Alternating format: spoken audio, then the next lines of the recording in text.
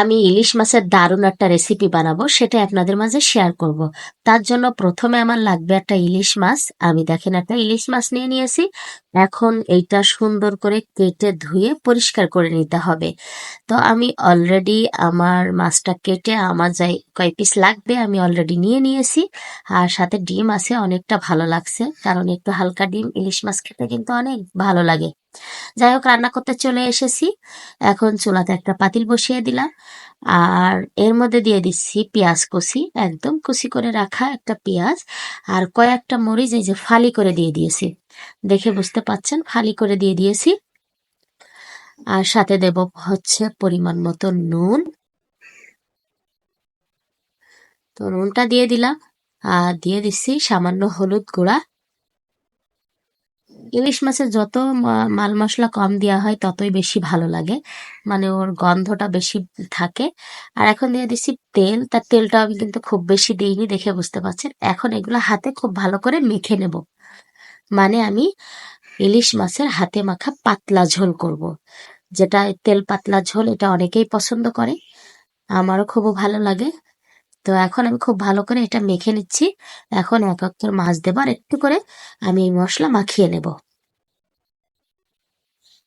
সব মাছগুলো আমি দিয়ে দিলাম, দিয়ে খুব ভালো করে এটা মাখিয়ে নিচ্ছি।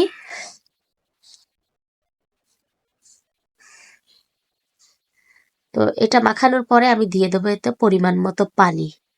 ইলিশ মাছ যেভাবেই রান্না করা হয় না কেন অনেক মজা এবং টেস্টি, সেটা সবাই জানেন। তো আমি এইভাবে হাতে মেখেও কিন্তু প্রায় সময় খেয়ে থাকি, অনেক ভালো লাগে। পাতলা পাতলা ঝোল খেতে দারুণ লাগে।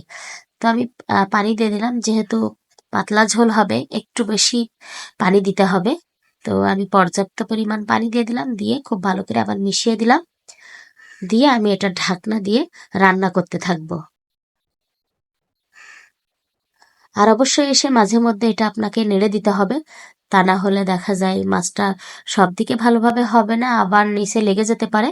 এই জন্য আমি মাঝে মধ্যে এসে ঢাকনা উঁচু করে করে এটা নাড়াচাড়া করে দিচ্ছি, তাহলে খুব ভালোভাবে এটা হয়ে যাবে।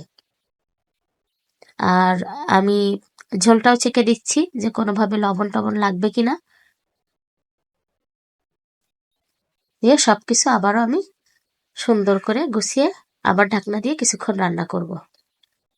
তো আমার মনে হচ্ছে হালকা একটু নুন কম আছে, তো আমি আবার একটু হালকা নুন দিয়ে দিলাম।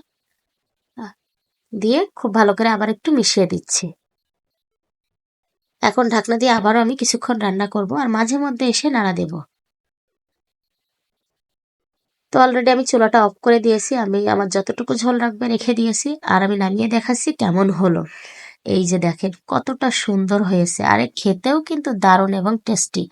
সবাই এভাবে ট্রাই করতে পারেন। ভালো থাকবেন।